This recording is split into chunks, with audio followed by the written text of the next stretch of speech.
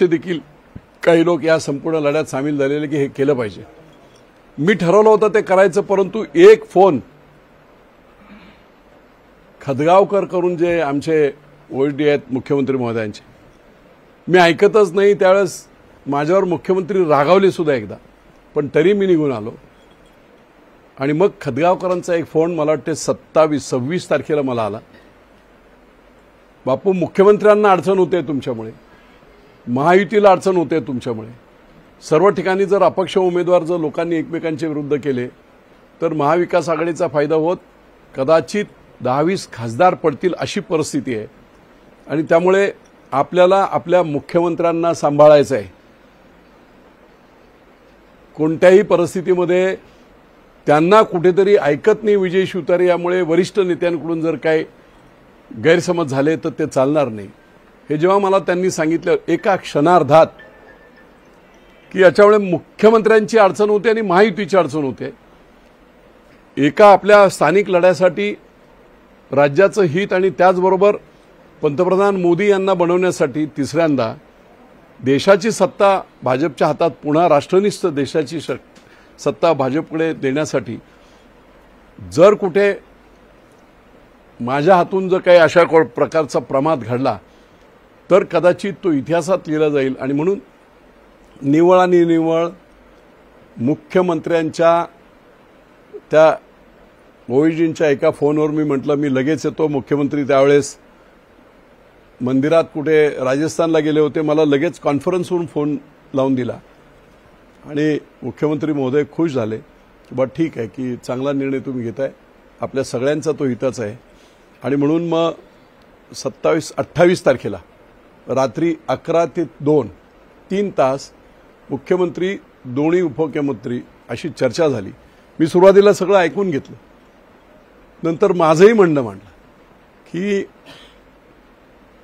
कशामुळे काय झालं आता ते निगेटिव्ह मी बोलणार नाही, पण मला शारीरिक त्रास जो झाला, मला आणखी अडचणी झाल्या, माझं मोठ्या प्रमाणात नुकसान झालं, माझ्या लोकांचं नुकसान झालं.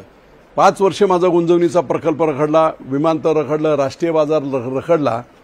हे जर मी आमदार असतो तर आता इतक्या दुष्काळामध्ये पूर्ण पाणी फिरलेलं असतं. कारण लार्सन टुब्रोला मी 3 वर्षाचा पिरियड एक्झिक्युशनसाठी दिला होता, लेंग पाईपलाईन पूर्ण करायला, आणि 2 वर्ष ते चालवून दाखवण्यासाठी होतं. 5ही वर्ष संपत आले आहेत. जर मी आमदार असतो तर कदाचित पाठी लागून हे झालं असतं. नाही झालं काय हरकत नाही, कोणाला दोष देण्याचं कारण नाही. पण आता जेव्हा मी सगळ्यांचं त्यांचं ऐकून घेतल्यानंतर 1 तासानंतर मी ज्या माझ्या प्रमुख मागण्या होत्या त्या प्रमुख मागण्या, शेवटी आमच्यासारखी मंडळी राजकारणात काय आहेत, स्वार्थाच्या पलीकडे अब्जो रुपयांचे व्यवसाय करून निव्वळ डेडिकेशन, समर्पित आयुष्य. मी देवळात बोललो होतो की इथून पुढचं माझं आयुष्य हे पूर्णपणे राज्यासाठी, मतदारसंघासाठी, लोकांसाठी समर्पित आहे, कसलेही हँकीपेंकी नाही. आणि म्हणून मग याच्यामधून एक चांगल्या प्रकारचं जर गोष्ट घडली, हा पुरंदरचा तह जसा इतिहासात आहे तसा हा जर तह झाला तर त्याच्यामधून काही चांगल्या गोष्टी जर अचीव्ह झाल्या तर त्याचा आनंद आहे. शेवटी राजकारण आम्ही कशासाठी, लोकांच्याच हितासाठी करत असतो. आणि म्हणून महत्त्वाचे जे प्रश्न आहेत त्याच्यामध्ये 1 नंबरचं गुंजवणीचं धरण मी पूर्ण केलेलं आहे. 1307 कोटीची लार्सन टुब्रोला पाईपलाईनची ऑर्डर दिलेली आहे. आज 4 वर्षे डिले झाल्यामुळे त्याची किंमत वाढलेली आहे. त्याचप्रमाणे वाझेघर, वांगणे आणि शिवगंगा खोरं या 3 उपसा सिंचन योजना भोरच्या माझ्या शेतकऱ्यांसाठी अत्यंत आवश्यक आहे. मी मंत्री असताना त्या मंजूर केल्या होत्या, पण पुढे मुख्यमंत्री देवेंद्र फडणवीस असताना सुद्धा त्या मंजूर झाल्या होत्या. पुढे त्याचा फॉलोअप झाला नाही, शेतकऱ्यांची आंदोलनं झाली आणि ते काम ठप्प आहे. कोणत्याही परिस्थितीमध्ये आचारसंहितेच्या पिरियडमध्ये या योजनांचं संपूर्ण पेपरवर्क पूर्ण करून आचारसंहिता संपल्याबरोबर गुंजवणीच्या पाईपलाईनच्या वाढीव खर्चासह 3 या उपसा सिंचन योजना या प्रकल्पाने टाकून 1782 कोटी रुपयाची सुधारित प्रशासकीय मान्यता या प्रकल्पाला देऊन त्वरित पाईपलाईनचं काम, एकदा त्यांच्या मंजुऱ्या झाल्या, काम सुरू झालं पंपिंग स्टेशनचं वगैरे की काही अडचणी नाहीत. त्यामुळे निश्चितपणे ह्या पाईपलाईनचं काम सुरू होईल. याच्यात आणखी एक चूक नंतरच्या काळामध्ये महाविकास आघाडीच्या काळात झाली होती. मूळ जी पाईपलाईन होती ती पाईपलाईन पुरंदरमध्ये वाल्ल्याच्या 12 वाड्यामधून राखेपर्यंत जात होती. ती पाईपलाईन पाईपलाईन पाणी कुठेही एका समपातळीत येते म्हणून त्यांनी खर्च कमी करण्यासाठी म्हणा किंवा आणखी कोणाच्या फायद्यासाठी म्हणा ती खालून घेऊन गेले होते जेऊर आणि माणकीमधून. त्याच्यामुळे लोकांना हा डाऊट होता की जेव्हा कधी अडचणी असतील, पाऊस नसेल, ह्या जर लाईन वरून जर मोठ्या असतील तर मोठ्या वॉल खोलल्याबरोबर खाली सगळी शेततळी वगैरे जी काय आहेत, ओढे नाले भरले जातील. त्यामुळे त्याला देखील मंजुरी द्यावी आणि म्हणून त्याच्या सकट मला वाटतं 102 कोटी साधारणतः पाईपलाईन वरून घेतल्यामुळे वाढत आहेत. असे एकूण 1782 कोटी रुपयाची सुधारित प्रशासकीय मान्यता देऊन वॉर फुटिंगवर, युद्ध पातळीवर हे काम सुरू व्हावं. हे प्रश्न मिटले. 3 शिवगंगा खोरा आणि वाझेघर वाघणीचं ताबडतोब काम सुरू होत आहे. 2 वर्षाच्या आत 2-2 किलोमीटरवर संपूर्ण यंत्रसामुग्री टाकून 2 वर्षाच्या आत पाणी कुठच्याही परिस्थितीत पुरंदरला आलं पाहिजे अशा प्रकारची मागणी मी केली. त्यांना तिघांनी मंजुरी दिलेली आहे. आंतरराष्ट्रीय विमानतळाच्या संदर्भामध्ये कुठचंही भूसंपादन नाही, कंपल्सरी भूसंपादन नाही, स्वेच्छा खरेदीने शेतकऱ्यांना जो रेट द्यायचा आहे. जसं आता आमचा पालखी मार्ग गेला, अगदी भर पिकातून गेला, पण लोकांना चांगले पैसे मिळाले, एकाने अडचण केली नाही, कोर्टात गेला नाही. सर्व लोकांनी पालखी मार्गाला जागा स्वेच्छेने सर्व शेतकऱ्यांनी दिली. तशा प्रकारे स्वेच्छा खरेदीने जर लोकांना जमीन द्यायची असेल तर स्वेच्छा खरेदीचा रेट जाहीर करा, पैशांची तरतूद करा. कारण एकदा स्वेच्छा खरेदीला 100 लोक आले आणि जर पैसे द्यायला नसतील तर अडचण मिळेल. तुम्ही निदान 1000-2000 कोटीची व्यवस्था करून स्वेच्छा खरेदी जाहीर करा. ज्यांना द्यायचं असेल, जर नाही शेतकऱ्यांनी दिली मग काही प्रश्न नाही, कोणालाही फोर्स केला जाणार नाही. आंतरराष्ट्रीय विमानतळ या बाबतीत मार्गी लागलं पाहिजे. हा देखील दुसरा एक प्रकल्प मी त्यांना सांगितला. दिवे येथे 200 एकरवर राष्ट्रीय बाजार याचं मी नियोजन केलं होतं. मुख्यमंत्री देवेंद्र फडणवीस असताना त्यांनी मंजुरी दिली होती. विभागीय आयुक्त आणि मार्केट समितीचे त्यावेळचे प्रशासक देशमुख या सर्वांनी तो प्रकल्प बनवला होता, प्रस्ताव बनवला होता. कलेक्टरांच्या मंजुरी झाल्या होत्या. सरकार बदलल्यानंतर तो थंड्या बस्त्यात गेला होता. तो परत हे करून 200 एकर फुकटची जागा आहे, गायरांची जागा आहे. पण शेतकऱ्यांना माझ्या पूर्णपणे इथे जर मार्केट झालं तर आज कुठे इकडे बसतायत, तिकडे बसतायत, तिकडे बसतायत. संपूर्ण पुणे जिल्ह्यातले सगळे मोठे शेतकरी त्यांच्यासाठीची एक महत्त्वाची ही योजना होईल आणि शेतकऱ्यांना भाव देखील चांगला मिळण्यासाठीची मदत होईल. त्यामुळे गायरांची जमीन आहे, फक्त मंजुरी करून बांधकामासाठी पैसे द्यायचे तो बाजार करावा, त्याला देखील त्यांनी मान्यता दिलेली आहे. फुरसुंगी आणि देवाची उरुळी नगरपालिका अंतिम शासन निर्णय. आपल्याला माहित आहे की पुण्यामध्ये जेव्हा ही गावं नवीन समाविष्ट झाली होती 12 पट टॅक्स झाला होता. 5 रुपये स्क्वेअर फीटचा कमर्शियलचा टॅक्स 60 रुपये झाला होता आणि त्यामुळे कुणालाही परवडत नव्हतं. खिशातून पैसे घालून सुद्धा टॅक्स भरता येत नव्हता अशी अवस्था होती. आणि मग कायदा काय बदलता येत नाही म्हणून एक नवीन कल्पना मी मांडली आणि मुख्यमंत्र्यांनी आणि सर्व अधिकाऱ्यांनी मान्य केली की देवाची आणि फुरसुंगी 2 पूर्ण गावं आहेत. ही 2 पूर्ण गावं बाजूला करून त्याची नगर परिषद करावी. पहिलं GR निघाला, नोटिफिकेशन निघालं, त्याच्यावर सूचना आणि हरकतीसाठी 60 दिवसाचा जो वेळ दिला होता तो झाला. आणि दुसरं नोटिफिकेशन निघण्याच्या आत हायकोर्टात काही लोक गेले होते, काही पक्षांचे लोक, नाव घेणार नाही मी, पण हायकोर्टाने त्यांचं ते अपील फेटाळून लावलं. पुढे राजकीय काही घडामोडी झाल्या आणि थोडंसं ते थंड झालं. मी तिघांनाही आता विनंती केली आहे की दुसरं नोटिफिकेशन जे आहे, आचारसंहिता संपल्याबरोबर सगळी प्रोसेस झालेली आहे. 12 नोव्हेंबरला मीटिंग झाली. त्या दिवशी मुख्यमंत्री महोदयांनी लिहिलं आहे की सुप्रीम कोर्टाची एक केस आहे, त्याचा निर्णय आणि वॉर्डचे एकदा निर्णय झाले की ताबडतोब त्याच दिवशी दुसरी अंतिम सूचना तुम्ही काढा, असा लेखी आदेश 12 नोव्हेंबरच्या मिनिट्स ऑफ मीटिंगमध्ये दिलाय. त्याची अंमलबजावणी आपण करावी हे देखील सांगितलेलं आहे. फुरसुंगी आणि देवाची पाण्याची उरुळी जी आहे 118 कोटीची गेम चेंजर अशा प्रकारची अनेक 2007 पासून पाणी मिळेल कचरा डेपोमुळे सगळं पाणी खराब झालेलं होतं. 2017 साली मी मंत्री असताना त्याला मुख्यमंत्री पेयजल योजनेतून मंजुरी दिली.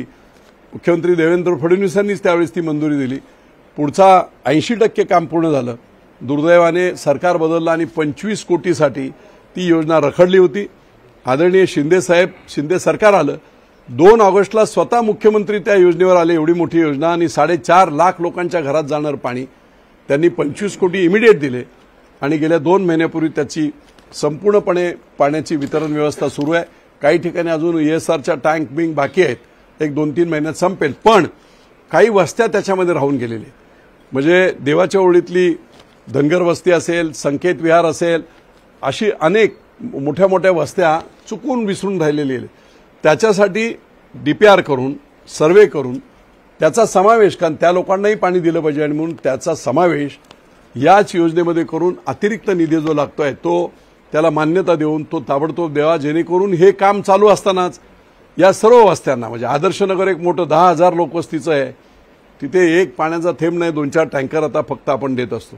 त्यामुळे टँक्समधून पाणी देणं सोपं आहे, फक्त पाईपलाईन करणे एवढंच त्याच्यातला भाग आहे. त्यामुळे त्याला देखील मान्यता त्यांनी दिलेली आहे. पुरंदरसाठी, बारामतीच्या दुष्काळी पट्ट्यासाठी आणि दौंडच्या काही दुष्काळी भागासाठी वरदान ठरलेली पुरंदर उपसा सिंचन योजना 2012 साली मी कार्यान्वित केली, मी आमदार झाल्यानंतर. दुर्दैवाने त्याच्यावर मेंटेनन्स वगैरे जो काय व्हायला पाहिजे होता तो झाला नाही आणि आता 10-12 वर्षात सततच्या मशीन चालून, पंप चालून विअर अँड टिअर खूप झालेलं आहे आणि सततचे पंप बंद पडत असतात. एवढा दुष्काळ आहे, सर्व ठिकाणी पाण्याची बोंब आहे. आज पुरंदरमध्ये तुमचं पिसर्वे असेल, माळशिरस असेल, इकडचे सगळे ऊस सुकलेले आहेत. त्यामुळे ही योजना चालवण्यासाठी इमिडिएट 56 कोटी रुपयांची गरज आहे. त्याची तरतूद अर्थसंकल्पात मी त्याच वेळेस करून घेतली होती. तुम्हाला देतो, एक मिनिट निर्णय सांगतो. बारामतीच्या जिरायती भागाला 50 वर्षात पाणी देता आलं नव्हतं.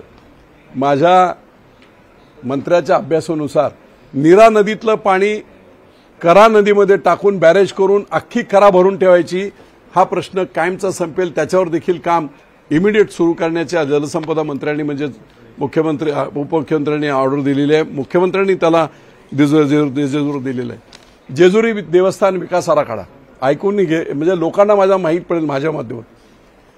349 कोटीचा जेजुरी विकास आराखडा मी 2018ला केला. 109 कोटी रुपये शिंदे सरकार आल्यानंतर मिळाले. पुढचे 100 कोटी रुपये ताबडतोब आम्हाला द्यावे, जेणेकरून मार्चपर्यंत ते काम सुरू होईल. आणखी एक खूप महत्त्वाची गोष्ट जी चांगल्या प्रकारची न्यूज होऊ शकते, पुण्यामध्ये आता जागा कमी आहेत, शहर वाढते आणि म्हणून पुण्यामध्ये असणारे जे गोडाऊन्स आहेत, जिथे संपूर्णपणे आपली लोकसभेची मोजणी वगैरे चालते, पुण्यामध्ये आता एखादं मोठं हॉस्पिटल बांधायचं असेल वगैरे, जागा नाही आहे. आणि म्हणून ती जी गोडाऊन्स आहेत ती वडकी इथे 17 एकर गायरान आहे, त्या गायरानं जर शिफ्ट केली तर एवढी मोठी जागा पब्लिक पर्पजसाठी पुण्या शहरामध्ये मिळेल.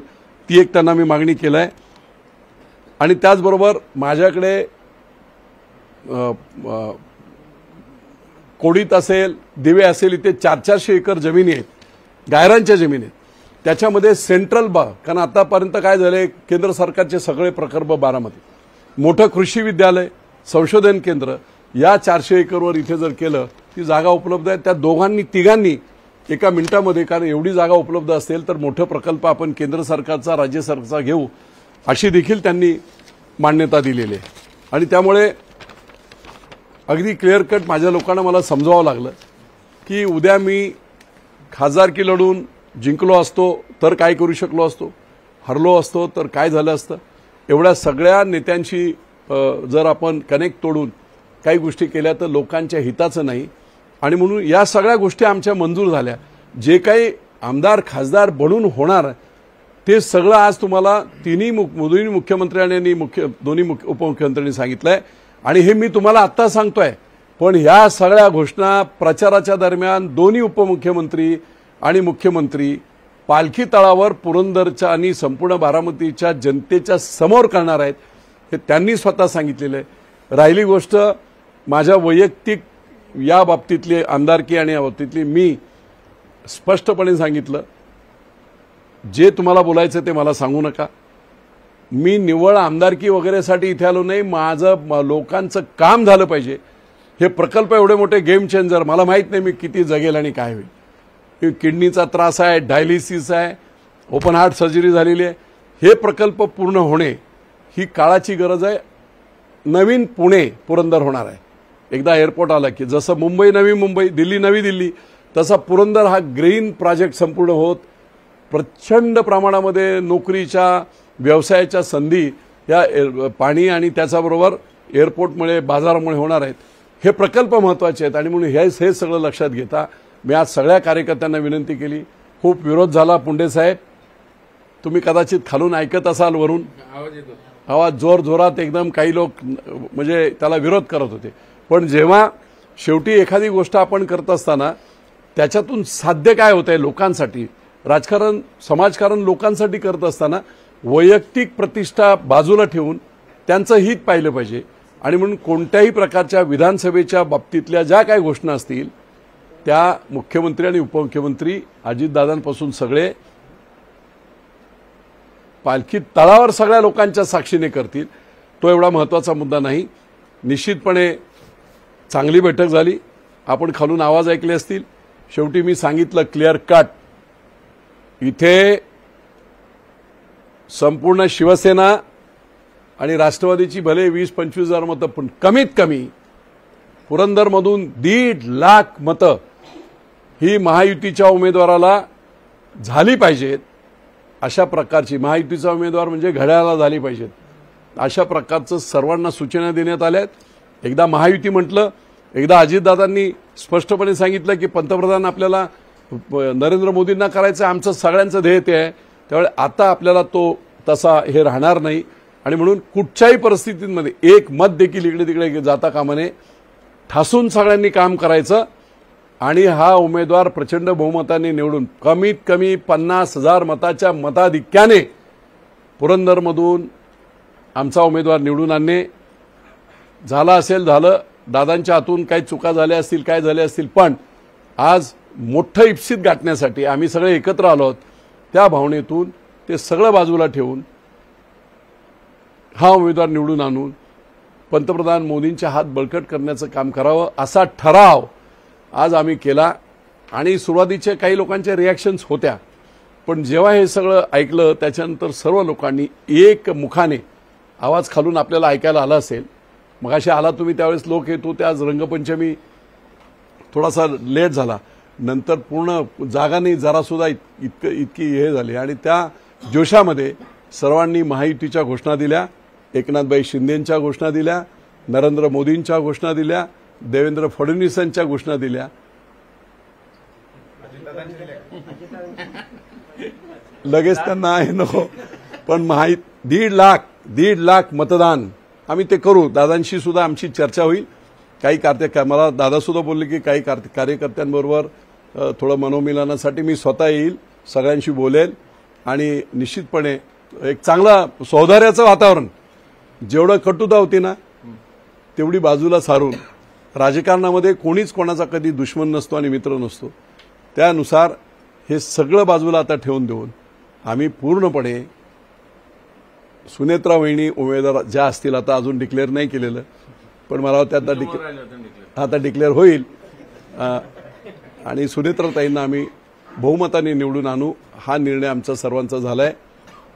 मुख्यमंत्री महोदयांचे मी मनपूर्वक आभार मानतो. उपमुख्यमंत्री देवेंद्र फडणवीस त्यांचे देखील आज आभार मानतो. मोठं मन दाखवून अजितदादा सुद्धा एकदा मिटवायचं आपल्याला सगळं म्हणून तेही बसले, चांगली चर्चा झाली, त्यांचेही मी आभार मानतो. आणि महाराष्ट्रामध्ये महायुतीचे 45 खासदार कमीत कमी आले पाहिजेत.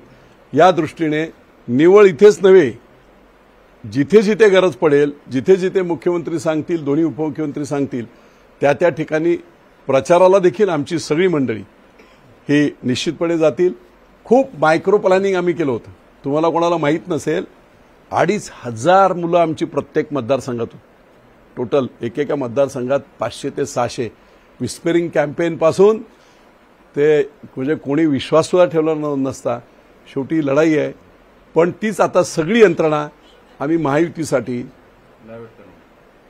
तीच यंत्रणा वापरणार. काय काय यंत्रणा आहे ती हे करून आता मला सगळ्या टाईपच्या, आता माझ्याकडे गेला वाटतं आपला सागर इथे बस आहे बघा, हे तगडे कार्यकर्ते आहेत. एक कार्यकर्त्यांनी लोकांसमोर जायचं कसं? नाही अपमान नाही का? एक बोला, मी सगळी उत्तर देतो. जे मतदार होते ते त्यांचं काय आपली भूमिका तर आता असं आहे, हे खरं आहे की मीच हे बोललो होतो की 5.5 लाख मतं ही पवारांच्या विरोधात होती. एक पवार नरेंद्र मोदींबरोबर आलेले, एक पवार नरेंद्र मोदी. मी तुम्हाला सांगतो आमचं मायक्रो प्लॅनिंग काय होतं. 2014, 2019, 2009 या तिन्ही याच्यामध्ये 2500 बूथवर कुठे कुठे किती मतदान झालं. जे उदाहरणादाखल सांगतो की जिथे जानकर होते ते धनगर समाजाचे होते म्हणून त्यांना धनगर समाजाने मतदान केलं असं जे बोललं जातं. दौंडमध्ये काही बूथ असे आहेत की जिथे धनगर समाजाचं बाहुल्य असलेल्या ठिकाणी ते मायनस आहे. पण खडकवासल्यामध्ये जिथे मराठा बाहुल्य आहे तिथे ते प्लस आहेत. ते कोण होते? ते पवार विरोधी मतदान होते. आज एक पवार आपल्याकडे आलेले आहेत. त्यामुळे निश्चितपणे एका पवारांवर राग असेल, एक पवार महायुतीमध्ये आहेत. मला असं वाटते की जरा सगळ्यांनी आम्ही सर्वांनी विचार करून लोकांना जर कन्व्हिन्स केलं तर ही पवार विरोधी मतं अजितदादांकडे येतील, महायुतीला येतील. मला जरा सुद्धा त्याच्यामध्ये पवार विरोधात पण आज एक पवार आलेत नाही इकडे. ते तुमच्या बंडाच्या आधीच आलेले आहेत दादा.